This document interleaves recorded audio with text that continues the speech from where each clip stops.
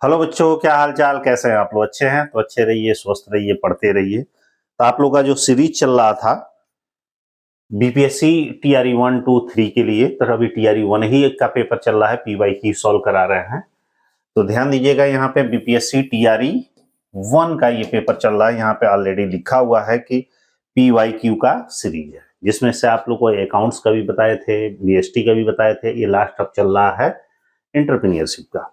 Entrepreneurship का जल्द ही course इसका आने वाला है, आप लोगों को मैं बताया ही हूं। और दूसरी चीज कि हमारा जो टीआरई टीआरई आपका 1 था ईपीएस का, इसमें से 40 क्वेश्चन में ऑलरेडी आप लोगों को करा चुका था। इसके बाद से 41 से लेकर 80 नंबर क्वेश्चन तक, मतलब 40 क्वेश्चन आज प्रोवाइड करेंगे। तो जल्दी से ज्वाइन कर लीजिए आप लोग।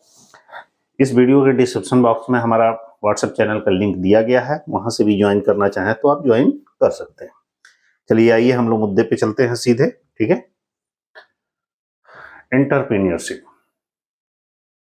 यहां तक हम लोग पढ़े थे 40 क्वेश्चन तक। 41 नंबर क्वेश्चन में ध्यान दीजिए, कह रहा है 41 नंबर क्वेश्चन कि निम्नलिखित में से किसे उद्यमशीलता विकास को निर्धारित करने वाले महत्वपूर्ण आर्थिक कारकों में से एक माना जाता है। ध्यान से समझिएगा, इसके जो क्वेश्चंस होते हैं एंटरप्रेन्योरशिप के, वो उसके जो लैंग्वेज, जो भाषाएं होती हैं, थोड़ी सी डिफिकल्ट होती है। दूसरी चीज, नए नए शब्द इसमें प्रयोग किए जाते हैं। दूसरा, ये थोड़ा बड़ा लंबे चौड़े होते हैं, थोड़ा सा उसको एक बार में कुछ क्वेश्चन क्लियर हो जाते हैं, लेकिन बहुत सारे ऐसे क्वेश्चंस होते हैं 2-3 बार कंफर्म करना पड़ता है। तो इसमें कह रहा है कि निम्नलिखित में से उद्यमशीलता विकास को, एंटरप्रेन्योरशिप डेवलपमेंट को निर्धारित करने वाले महत्वपूर्ण आर्थिक कारकों में से एक माना जाता है। मतलब एंटरप्रेन्योरशिप डेवलप या एंटरप्रेन्योर डेवलपमेंट को निर्धारित करने के लिए मेन इकोनॉमिक कारक कौन कौन से हैं? तो ध्यान दीजिएगा, बाजार, सरकार, राजनीति, एक से अधिक, इनमें से कोई नहीं। ये 4 ऑप्शन है, चारों में से आपको बताना है कि कौन है। ध्यान दीजिएगा, जो उद्यमशीलता का डेवलपमेंट है, इसमें से कहां करते हैं? मार्केट में करते हैं, क्योंकि कोई भी बिजनेस होता है वो मार्केट में ही होता है। अब मार्केट में जब होगा तो उसका मेन रीजन रहेगा इकोनॉमिक रीजन। गवर्नमेंट से इसका कोई विशेष लेना देना नहीं है, पॉलिटिक्स से कोई लेना देना नहीं है, इसलिए इसका सही आंसर क्या होगा? मार्केट। अगला क्वेश्चन, ये उपभोक्ता संरक्षण से क्वेश्चन लिया गया है। 42 नंबर आपका क्वेश्चन है कि उपभोक्ता संरक्षण में शिकायतकर्ता का क्या अर्थ है। मतलब कंज्यूमर प्रोटेक्शन एक्ट के अंतर्गत कंज्यूमर फोरम में जो शिकायतकर्ता होता है, कह रहा है शिकायतकर्ता का क्या अर्थ है। शिकायतकर्ता उपभोक्ता होता है कि कंपनी अधिनियम 1956 के तहत पंजीकृत स्वैच्छिक उपभोक्ता संघ होता है, एक या अधिक उपभोक्ता जहां समान रुचि वाले अनेक उपभोक्ता हो, और उपयुक्त में से एक से अधिक, इनमें से कोई नहीं। देखिएगा, कंज्यूमर फोरम में जो शिकायतकर्ता होता है वो कोई भी हो सकता है, एक कंज्यूमर भी हो सकता है। कंज्यूमर के साथ साथ जो कंपनी एक्ट 1956 के तहत यदि कोई रजिस्टर्ड कोई संस्था है या रजिस्टर्ड कोई कंज्यूमर या कंज्यूमर यूनियन है, वो भी हो सकता है। या एक से अधिक कंज्यूमर भी हो सकते हैं जो चाहे सेम अपना इंटरेस्ट, रुचि रख रहे हो या डिफरेंट हो। इनमें से कोई भी ऑप्शन होगा तो ये सारा सही है। कंज्यूमर हमारा कोई भी हो सकता है, मतलब बड़ा आदमी भी हो सकता है, छोटा भी आदमी हो सकता है, कंपनी भी हो सकती है, फर्म भी हो सकती है, कोई पर्सन या इंडिविजुअल बॉडी भी हो सकती है। तो ऑप्शन नंबर कौन सा सही है? D. Next question, 43 number question में कह रहा है कि निम्नलिखित में से कौन सा उद्यमियों के बारे में एक आम मिथक नहीं है। मतलब एंटरप्रेन्योर के बारे में आम मिथक, मतलब एक जनरल गलत चीज नहीं है। क्या गलत नहीं है बताइए? उद्यमी जुआरी होता है, क्या यह सही है? उद्यमी पैदा होते हैं, बनाए नहीं जाते हैं। हर किसी में उद्यमी बनने की क्षमता होती है, और एक से अधिक, इनमें से कोई नहीं। पूछ रहा है उद्यमियों के बारे में कौन एक आम मिथक नहीं है, मतलब मिथ्या नहीं है, गलत नहीं है। ध्यान दीजिए, उद्यमी को जुआरी इसलिए कहा गया है भाई, इसमें से कोई गलत नहीं, इसलिए इसका आंसर होगा बी। अब कैसे?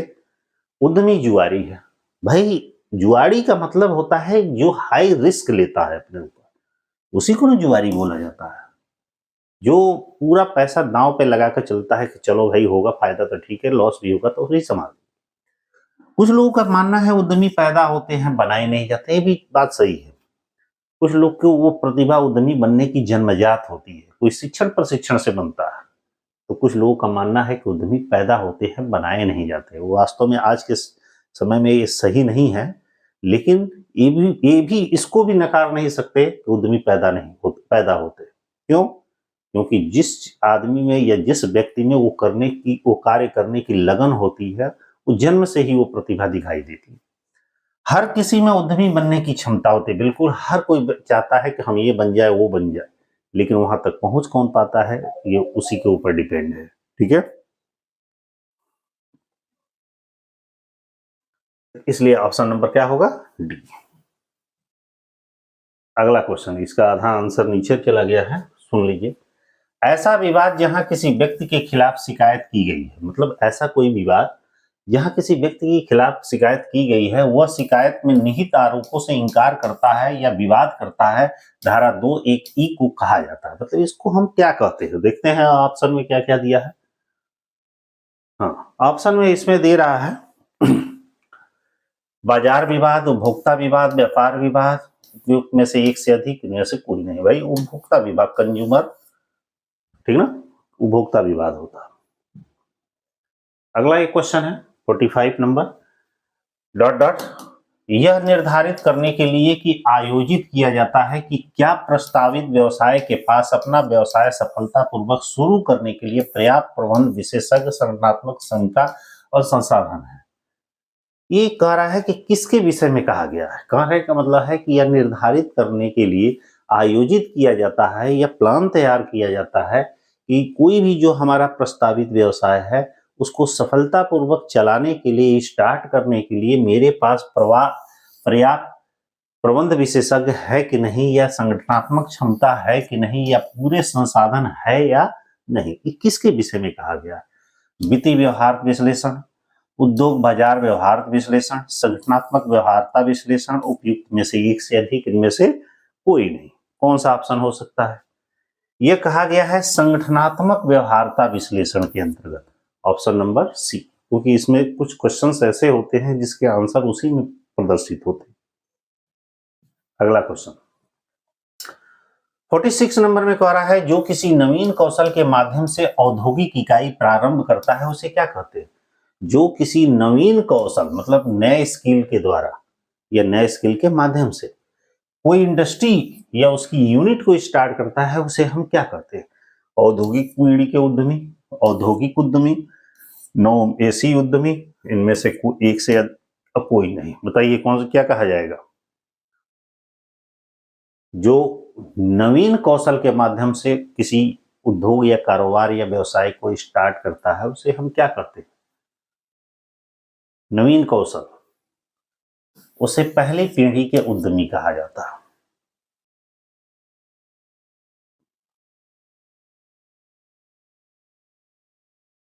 अगला क्वेश्चन है निम्नलिखित में से कौन सा सिडबी का कार्य, सिडबी एक बैंक का नाम है, स्मॉल स्केल इंडस्ट्री से रिलेटेड एक बैंक है, पूछ रहा है इसका वर्क कौन सा है।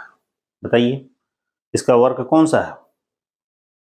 बीज पूंजी का विस्तार, मतलब कि जिस पूंजी से हम बिजनेस को नींव डालते हैं उसको बीज पूंजी कहा जाता है। बिलों की छूट, एमएसएमई सेक्टर को बढ़ावा, उपयुक्त एक से अधिक, यही ऑप्शन सही है क्योंकि ये तो दो सही दिख रहा है, तो जब दो सही है तो तीसरा भी सही है। ऑप्शन नंबर जिसका क्या होगा? डी होगा। अगला क्या है? जो ऐसे उद्यम करता है जो बाजार में बदलती मांग के साथ साथ चलते हैं उसे क्या कहा जाता है? मतलब कोई ऐसा व्यक्ति जो ऐसा इंडस्ट्री बनाता है या ऐसा फैक्ट्री या कारोबार करता है जो बाजार में जैसे जैसे डिमांड बढ़ती है उसी हिसाब से प्रोडक्ट बनाता है, जैसे जैसे डिमांड गिरती है वैसे वैसे प्रोडक्ट वो अपने कम कर देता है, तो उसे क्या कहा जाता है? आधुनिक उद्यमी, शास्त्रीय उद्यमी, पहली पीढ़ी के उद्यमी, उपयुक्त में से एक से अधिक, इनमें से कोई नहीं। क्या कहा जाता है उसको? आधुनिक उद्यमी, क्योंकि वर्तमान समय में उद्यमी की ये विशेषता होती है कि बाजार में जिस हिसाब से हमारी मांग होती है, डिमांड होती है, जरूरतें होती हैं, उसी हिसाब से हम प्रोडक्ट को तैयार करें। अगला क्वेश्चन काफी बड़ा है, ये कह रहा है कि निम्नलिखित में से कौन सा कथन गलत है। ध्यान दीजिएगा, कभी कभी सही गलत ऐसे देते हैं, कंफ्यूजन हो जाता है। गलत पूछ रहा है, गलत जब इसमें पूछ रहा है तो इसमें देखते हैं क्या गलत है। मुद्रा सूक्ष्म उद्योगों के विकास और पुनर्वित्त के लिए भारत सरकार द्वारा स्थापित किया गया एक वित्तीय संस्थान है। बिल्कुल, देखिए मुद्रा लोन आजकल बहुत सारे पॉपुलर है, तो यह जितने भी माइक्रो स्केल टाइप के जो इंडस्ट्री है, जो लघु और सूक्ष्म उद्योग जो है, उनके डेवलपमेंट करने के लिए या उनको पुनर्वित्त प्रदान करने के लिए भारत सरकार द्वारा स्थापित एक फाइनेंशियल इंस्टीट्यूशन है। ये तो सही है, क्योंकि हमको गलत ढूंढना है। उद्यम मित्र पोर्टल एक सक्षम मंच है जिसका उद्देश्य न केवल क्रेडिट डिलीवरी के लिए बल्कि क्रेडिट प्लस सेवाओं की मेजबानी के लिए एंड टू एंड समाधान प्रदान करता है। ये भी सही है, क्यों कि जो उद्यम मित्र होते हैं, उद्यम मित्र का मतलब है कि किसी इंडस्ट्री या फैक्ट्री को लगाने के लिए प्रोत्साहित करने वाला व्यक्ति, एक माध्यम जो यह बताता है कि जिसका उद्देश्य न केवल क्रेडिट डिलीवरी के लिए बल्कि क्रेडिट प्लस सेवाओं की मेजबानी करने के लिए भी होता है और हर तरह की सेवाएं प्रदान करने का काम करता है। तो ये ऑप्शन नंबर बी भी सही। सिडबी को बड़े पैमाने के उद्योगों के प्रचार वित्त पोषण यहीं पे गलत हो गया, क्यों? सिडबी लघु उद्योगों के लिए है, बड़े पैमाने के उद्योगों के लिए नहीं है। तो यही ऑप्शन आपका गलत है, तो इसलिए ऑप्शन नंबर क्या होगा? सी, क्योंकि सिडबी लघु व सूक्ष्म उद्योगों के वित्त प्रदान करता है, अल्पकालीन, मध्यकालीन, दीर्घकालीन हर प्रकार के ऋण प्रदान करता है, लेकिन सूक्ष्म लघु उद्योगों के लिए। अगला क्वेश्चन क्या है? 50 नंबर। 50 नंबर क्वेश्चन में कह रहा है कि यदि पति पत्नी मिलकर कोई व्यवसायिक उद्यम चला रहे हो तो उनको क्या कहा जाएगा? मतलब हस्बैंड वाइफ मिलकर कोई इंडस्ट्री, कोई कारोबार, कोई बिजनेस, कोई उद्यम, कोई मतलब एंटरप्रेन्योर है, तो ऐसे एंटरप्रेन्योर को क्या कहा जाएगा? बताइए।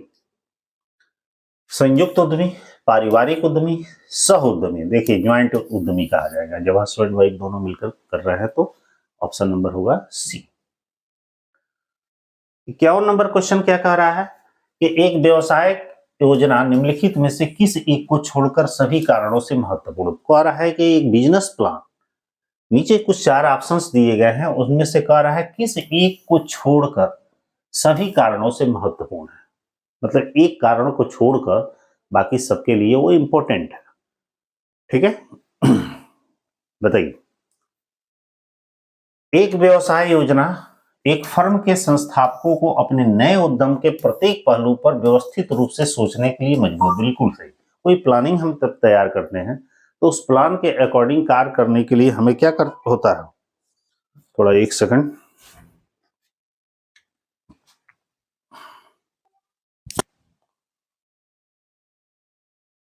तो ये पहला आपका सही है। दूसरा हमारा कह रहा था 51 थे ना, कि एक व्यवसाय योजना उधारदाताओं और निवेशकों को आश्वासन देती है कि अच्छी रिटर्न अर्जित कर। देखिएगा, एक अच्छा बिजनेस जो प्लान होता है, ये थोड़े कहता है कि उधारकर्ता और निवेशक को गारंटी थोड़े देता है कि वो अच्छा रिटर्न दे। तो ये अच्छा प्लान का मतलब होता है कि अच्छे तरीके से बिजनेस करना।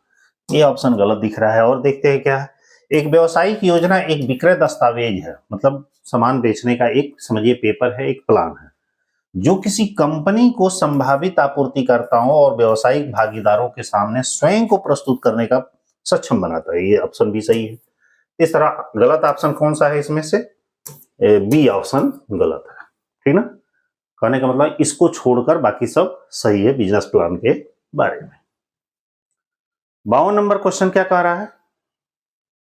52 कह रहा है कि नवीन परिणामों में के एकमात्र उद्देश्य के लिए संगठनात्मक मंजूरी और संसाधनों की प्रतिबद्धताओं को प्राप्त करने वाली उद्यमशीलता गतिविधियों को कहा जाता है। कह रहा है एक नवीन परिणाम के एकमात्र उद्देश्य के लिए संगठनात्मक मंजूरी और संसाधनों की प्रतिबद्धताओं को प्राप्त करने वाली उद्यमशीलता की गतिविधियों को क्या कहा जाता है? तो उद्यमिता तो कहा नहीं जाएगा, क्योंकि उद्यमिता के बारे में ही पूछ रहा है। एंटरप्रेन्योरशिप, एंटर प्रेन्योरशिप ये तो होता नहीं है, एंटरप्रेन्योरशिप ये होता है अंग्रेजी इसका, हिंदी तो उद्यमिता होती है। Option number C. अगला है क्वेश्चन 53 नंबर कि विशेष रूप से उच्च प्रौद्योगिकी, उच्च जोखिम, अनुमानित उच्च इनाम परियोजनाओं के वित्त पोषण के लिए वित्त पोषण में से एक रूप है। कहने का मतलब है कि एक विशेष रूप से हाई क्वालिटी का मतलब टेक्नोलॉजी है, हाई रिस्क है और मतलब हाई पारितोषिक है, हाई और हाईली क्या है, फाइनेंस है, मतलब उसमें पैसा लगाया गया। तो ऐसे वित्त पोषण को क्या कहा जाता है? उद्यम पूंजी, वर्तमान पूंजी, प्रारंभिक पूंजी। भाई उद्यम पूंजी इसको कहा जाता है। 53 का क्या है? ए। अगला क्वेश्चन 54 में कह रहा है कि एक नए विकास या विचारों की अगुवाई करने वाले लोगों के समूह को क्या कहा जाता है? देखिए, जो आदमी नया नया सोचता है, नया नया विचार होता है, नया नया प्लान होता है और उस प्लान के अकॉर्डिंग अगुवाई करता है, मैंने आगे आगे बढ़ता है, अपने पीछे से प्रतिनिधियों को लेकर चलता है, तो ऐसे ग्रुप को हम क्या कहते हैं? मोहरा, मैगार्ड, उत्साही, उपयुक्त में से एक से अधिक, इनमें से कोई नहीं। तो क्या होता है, उसी को हम मोहरा बोलते हैं, ठीक ना? Option number A. लेकिन यहाँ पे एक क्वेश्चन पे विवाद था। इस क्वेश्चन को आयोग ये माना था, लेकिन जबकि ये क्वेश्चन गलत है, इसमें आंसर होना चाहिए उत्साही, ठीक ना? तो अब इस पे देख लीजिएगा आप लोग, ठीक ना? आयोग के अकॉर्डिंग मोहरा दिया गया है आंसर, लेकिन इसका आंसर उत्साही होना चाहिए। सारे क्वेश्चनों पे नहीं होगा, एक दो क्वेश्चनों पे होगा। 55 नंबर क्वेश्चन में कह रहा है कि कार्यशील पूंजी, वर्किंग कैपिटल की आवश्यकता की योजना बनाते समय निम्नलिखित में से कौन सा प्रासंगिक है? मतलब जब वर्किंग कैपिटल के लिए प्लान हम तैयार करते हैं कि वर्किंग कैपिटल कहाँ से आएगा, कैसे आएगा, किस प्रकार आएगा। वर्किंग कैपिटल मैंने समझ रहा है ना, जिस पूंजी से व्यवसाय का संचालन किया जाता है। तो इसके सही आंसर क्या है? नगदी शेष की पहचान कीजिए जो व्यवसाय के दिन प्रतिदिन के वर्षों को पूरा करने की अनुमति देता है, लेकिन नगदी रखने की लागत को कम करता है। ये कार्यशील पूंजी के बारे में सही है या गलत है? ध्यान दीजिएगा। तो ये सही है। इन्वेंट्री के स्तर की पहचान कीजिए जो निर्बाध के रूप में उत्पादन अनुमानित देता है, अनुमति देता है। ये भी सही है। और उपयुक्त क्रेडिट पॉलिसी की पहचान कीजिए, ये भी सही है। क्यों? क्योंकि जितने भी चीजें हैं वो करंट से, चालू से रिलेटेड है, क्योंकि वर्किंग कैपिटल का फार्मूला होता है current assets minus current liability. इसलिए ऑप्शन नंबर हमारा डी सही है, उपयुक्त एक से अधिक। अगला क्वेश्चन है आसान ऋण। 56 नंबर क्वेश्चन है आसान ऋण योजना, मतलब सस्ते दर पर ऋण प्राप्त करने की योजना का उद्देश्य इकाइयों को कौन सा कार्य करने के लिए प्रोत्साहित करता है? मतलब आसान ऋण जो योजना है, सस्ते ऋण योजना है या आसान ऋण योजना, किन उद्देश्य इसका पूछ रहा है कि कौन सा उद्देश्य है जो इकाइयों को कार्य करने के लिए प्रोत्साहित करता है? यह क्या आसान ऋण योजना से क्या कौन सा काम होता है? संयंत्र और मशीनरी का आधुनिकीकरण होता है, बिल्कुल सही है भाई। और देखते हैं क्या होता है। संयंत्र और मशीनरी का प्रतिस्थापन मैंने स्थापित किया जाता है, ये भी सही है। संयंत्र और मशीनरी का नवीनीकरण रिन्यूअल भी किया जाता है, ये भी सही है। ऑप्शन नंबर इसका डी सही है, तीन हुई ऑप्शन सही है। अगला क्वेश्चन क्या है? ये फाइलिंग से रिलेटेड क्वेश्चन है। फाइलिंग में कह रहा है कि फाइलिंग में फोल्डर, दराज, कैबिनेट और अलमारियों की आवश्यकता होती है। मतलब फाइलिंग जो की जाती है, चाहे वो फोल्डर हो, चाहे दराज हो, चाहे कैबिनेट हो, चाहे अलमारी में जो रखी जाती है, वो पूछा जा रहा है कि किस अवस्था में रखी जाती है। कोई भी फाइल होता है वो खड़ी अवस्था में रखी जाती है। तो ऑप्शन नंबर ये सही है। फिर अगला क्वेश्चन है 58 नंबर कह रहा है कि एक व्यवसाय योजना किसके लिए महत्वपूर्ण है? मतलब एक बिजनेस प्लान किसके लिए ज्यादा इंपॉर्टेंट या हेल्पफुल है? पढ़ते हैं ऑप्शन, ठीक ना? कह रहा है कि ऋणदाताओं और निवेशकों को आसान आश्वासन देता है कि वो उचित रिटर्न अर्जित करेंगे। भाई ये गलत है। ये गारंटी थोड़े देता है, आश्वासन थोड़े देता है कि हम अच्छा रिटर्न करेंगे। बिजनेस प्लान का मतलब है अच्छे तरीके से व्यवसाय चलाएंगे। विक्रय साधन होना, ये भी कोई जरूरी नहीं, मैंने विक्रय का ये माध्यम थोड़े होता है, ये तो एक तरीका है। क्रय साधन होना ये भी नहीं भाई, इनमें से कोई नहीं होगा। ऑप्शन नंबर ई सही। अगला है 59 नंबर क्वेश्चन कह रहा है कि कंपनी अधिनियम 2013 के अनुसार, मतलब कंपनी एक्ट 2013 के अनुसार किसी कंपनी के सदस्य की संख्या वर्तमान या पूर्व कर्मचारी को छोड़कर अधिकतम नहीं हो सकती। अब पूछ रहा है कि कंपनी एक्ट 2013 के अकॉर्डिंग एक कंपनी में कितने मेंबर्स हो सकते हैं, ठीक ना। इसमें पूछ रहा है कंपनी के सदस्यों की संख्या। तो ध्यान दीजिए, एक प्राइवेट कंपनी है और एक पब्लिक कंपनी है, यही होती है। प्राइवेट कंपनी में मिनिमम 2 और मैक्सिमम 200 होती है, और इसमें मिनिमम 7 और मैक्सिमम अनलिमिटेड होती है ना। अब यहाँ पे पूछ रहा है कि कौन सी कंपनी के बारे में, ऐसा कुछ ऑप्शंस नहीं है। और पूछ रहा है कि अधिक नहीं होनी चाहिए, तो उस हिसाब से देखेंगे 50 तो होगा नहीं, 100 होगा नहीं, 150 होगा नहीं, ये होगा नहीं। ऑप्शन नंबर क्या होगा? ई। अब यहाँ पे 60 नंबर क्वेश्चन क्या कह रहा है, किन परिस्थितियों का एक अनुकूल समूह जो किसी नए उत्पाद या सेवा या व्यवसाय की आवश्यकता पैदा करता है क्या कहलाता है। मतलब एक सिचुएशंस, परिस्थिति का एक अनुकूल समूह, मतलब अपने फेवर में वो समूह हो जो किसी नए प्रोडक्ट को, नए सर्विस या नए बिजनेस की आवश्यकता को पैदा करता है, उसे हम किस नाम से जानते हैं? आवास, उद्यम, अवसर, ये अपॉर्चुनिटी के नाम से हम जानते हैं। जैसे मान लीजिए कुछ सिचुएशन या परिस्थितियां ऐसी होती है जो जिसके दौरान हम कोई नया काम करते हैं और नया काम करने का हमें मौका मिलता है और वो सफल भी हो जाता है, तो उसको हम क्या बोलते हैं? अवसर बोलते हैं, ठीक ना, अपॉर्चुनिटी बोलते हैं। Option number C. अगला कह रहा है नियोजन प्रबंध के निम्नलिखित में से किस स्तर पर किया जाता है? एक सेकेंड, और बहुत ज्यादा। हाँ, नियोजन प्रबंधन के निम्नलिखित में से किस स्तर पर किया, मतलब कह रहा है कि प्लानिंग जो है वो मैनेजमेंट के किस लेवल पर किया जाता है। भाई हर लेवल पर प्लानिंग किया जाता है, चाहे टॉप लेवल हो, चाहे मिडिल लेवल हो, चाहे लो लेवल हो। यहाँ पे दिया गया है पर्यवेक्षीय स्तर, मध्य स्तर, शीर्ष स्तर, उपयुक्त में से एक से अधिक। तो जो प्लानिंग का वर्क है वो हर लेवल पर किया जाता है। ऑप्शन नंबर ये बिजनेस स्टडी का ये क्वेश्चन है, ईपीएस में पूछा गया है। अगला हमारा क्वेश्चन है 62 नंबर का रहा है कि संसाधन मूल्यांकन मतलब रिसोर्सेस वैल्यूएशन प्रक्रिया का पहला चरण, मतलब संसाधन मूल्यांकन का पहला स्टेप, उसके जो प्रोसेस है उसके फर्स्ट स्टेप कौन सा है? तो फर्स्ट स्टेप की बात करेंगे आवश्यक वित्तीय संसाधनों की। मान लीजिए कि रिसोर्स जितने भी है रिसोर्सेस हम उसका वैल्यूएशन करने के लिए सबसे पहले उसको फाइनेंशियल रिसोर्सेस की जरूरत पड़ती है, वित्त की जरूरत पड़ती है। तो ये पहला ही ऑप्शन सही है, नीचे पढ़ने की जरूरत है नहीं।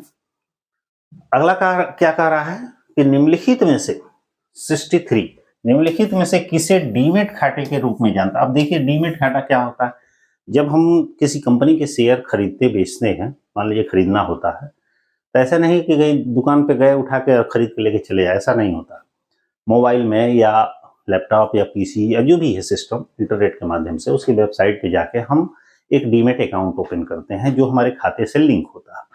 हम अपने अकाउंट से पैसा डीमेट अकाउंट में ट्रांसफर करते हैं और उस डीमेट अकाउंट के माध्यम से हम किसी कंपनी के शेयर स्टॉक एक्सचेंज के थ्रू खरीदते हैं या किसी ब्रोकर के थ्रू खरीदते हैं।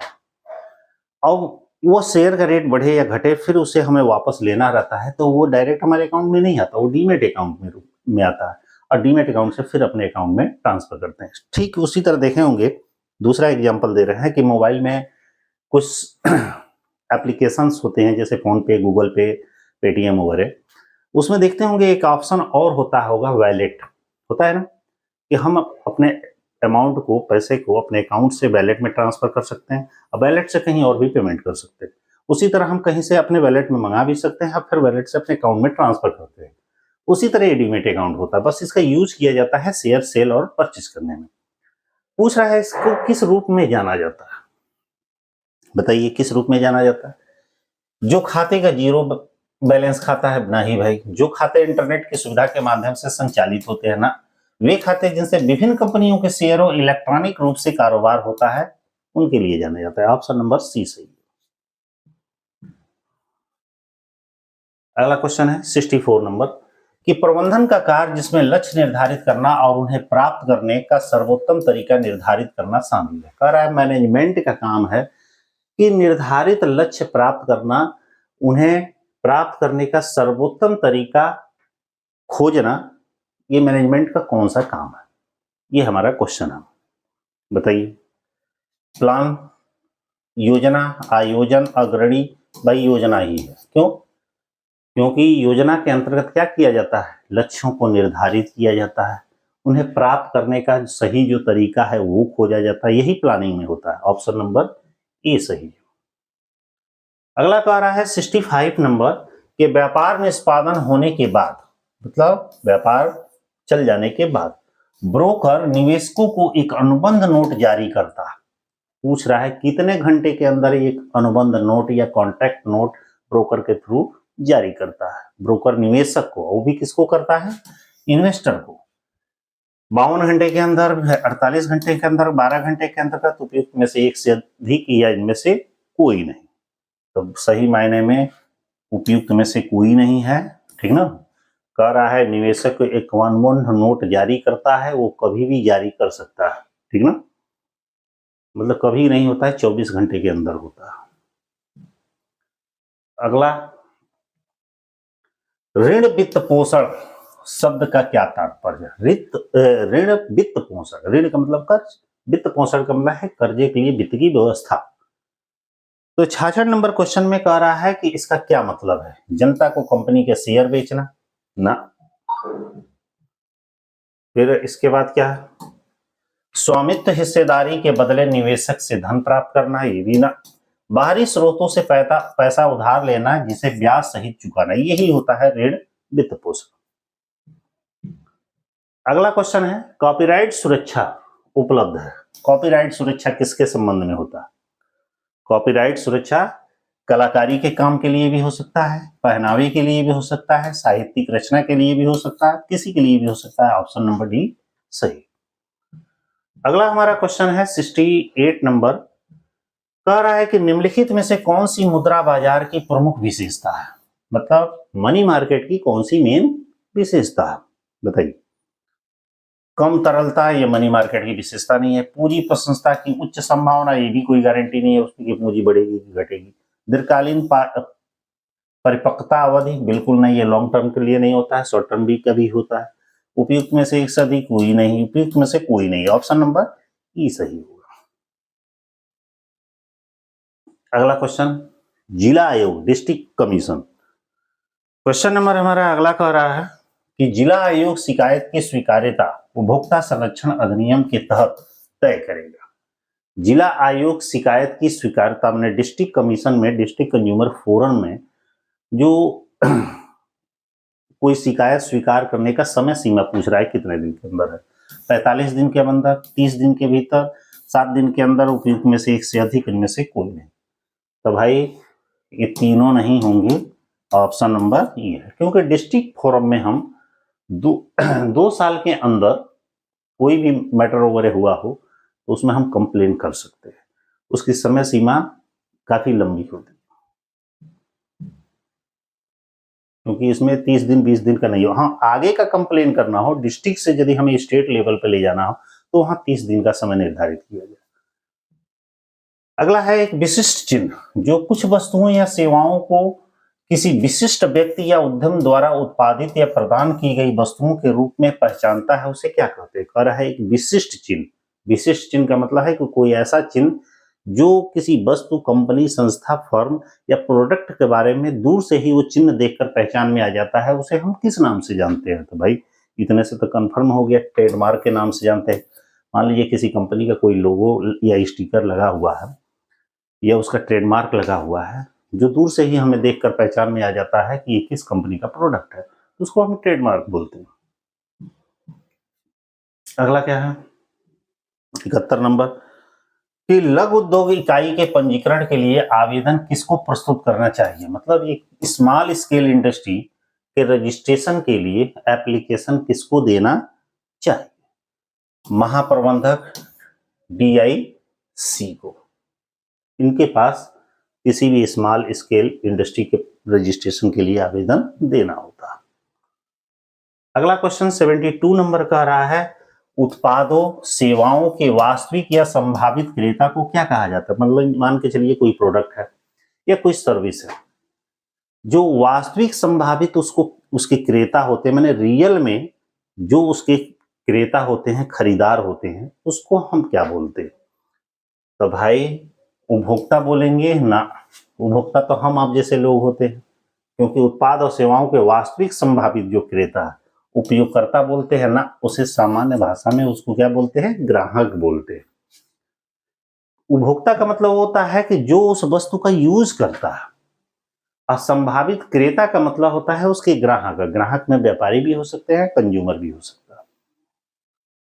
अगला कह रहा है 73 नंबर क्वेश्चन, सकल कार्यशील पूंजी मतलब ग्रॉस वर्किंग कैपिटल से क्या तात्पर्य? पीछे वर्किंग कैपिटल के बारे में बताए थे, आकस्मिकताओं के समय उपयोग की गई राशि ना, वह पूंजी जो व्यवसाय शुरू करते समय आवश्यक होती है, भी वर्किंग कैपिटल नहीं होती है। कार्यशील पूंजी की निरंतर निर्बाध रूप से आवश्यक है, भी कोई जरूरी नहीं है, भी जरूरी नहीं है, इसमें से कोई नहीं। वर्किंग कैपिटल का मतलब होता है जिस पूंजी से व्यवसाय का संचालन करते हैं, जो हमेशा पैसा आता जाता रहता है, ठीक ना, जो करंट एसेट्स और करंट लायबिलिटीज के डिफरेंस होता है, उसी को हम वर्किंग कैपिटल करते हैं। अगला है 75 नंबर क्वेश्चन है, उत्पाद से मांगे गए वांछनीय परिणामों के आधार पर उपयोगकर्ताओं की बाजार के खंडों में समूहित करने की प्रक्रिया को क्या कहा जाता है? कह रहा है कोई प्रोडक्ट है, मांगे गए वांछनीय परिणाम मतलब उस प्रोडक्ट के बारे में हम कोई इंफॉर्मेशन मांग रहे हैं, के आधार पर जो यूजेज है मतलब उपयोग करता है कि बाजार खंडों में समूहीकृत करने की प्रक्रिया को हम क्या कहते हैं? विभाजन, जन विभाजन, लाभ विभाजन, इनमें से एक से अधिक, इनमें से कोई नहीं। क्या उसको बोलते हैं भाई? उसको लाभ विभाजन बोला जाता है। अगला क्वेश्चन है 75 नंबर, निम्नलिखित में से कौन सी प्रेरणा की विशेषता, प्रेरणा मतलब मोटिवेशन की विशेषता पूछ रहा है, नहीं है। हम किसी व्यक्ति को मोटिवेट करते हैं, जागरूक करते हैं, उसके अंदर उत्साह जगाते हैं, कौन उसकी विशेषता नहीं। चलिए देखते हैं कौन का। प्रेरणा इस अर्थ में एक जटिल विषय है कि व्यक्ति की जरूरतें और बाहर अप्रत्याशित हो सकती है, यह सही है। प्रेरणा व्यक्तिगत एवं मनोवैज्ञानिक अवधारणा है, ये भी सही है। प्रेरणा व्यक्ति को निष्क्रिय बना देती है, ये गलत है भाई। किसी व्यक्ति को जब मोटिवेशन दिया जाएगा तो उसको एक्टिव बनाने के लिए मोटिवेशन दिया जाता है, निष्क्रिय नहीं बनाती है। ऑप्शन नंबर सी सही है। 76 नंबर क्वेश्चन में कह रहा है कि निम्नलिखित में से कौन सा उद्यमिता के लिए वित्तीय बाधा का उदाहरण है? मतलब कह रहा है कि उद्यमिता के लिए कौन फाइनेंशियल बैरियर्स है, मतलब वित्तीय बाधा है, पैसे से संबंधित बाधा है। बाजार में मांग की कमी, ये सही है। यदि मार्केट में डिमांड कम हो जा रही है तो भाई उसके लिए तो क्या है? समस्या, यही सही है। पूंजी और फंडिंग की सीमित पहुंच, ये उतना नहीं है, कम पैसे से भी बिजनेस स्टार्ट हो जाएगा। अपव्ययोजना, पहला ही ऑप्शन सही था।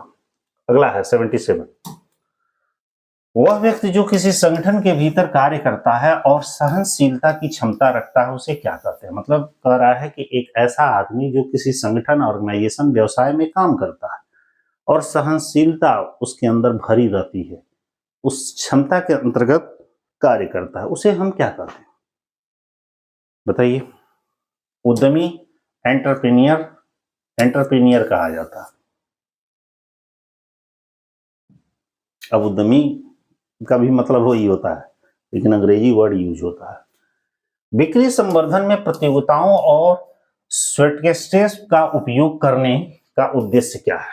मतलब विक्रय संवर्धन मतलब सेल्फ प्रमोशन, मतलब मार्केट में जो कंपटीशन होता है उस कंपटीशन में अपने प्रोडक्ट को सेल करना विक्रय संवर्धन कहलाता है।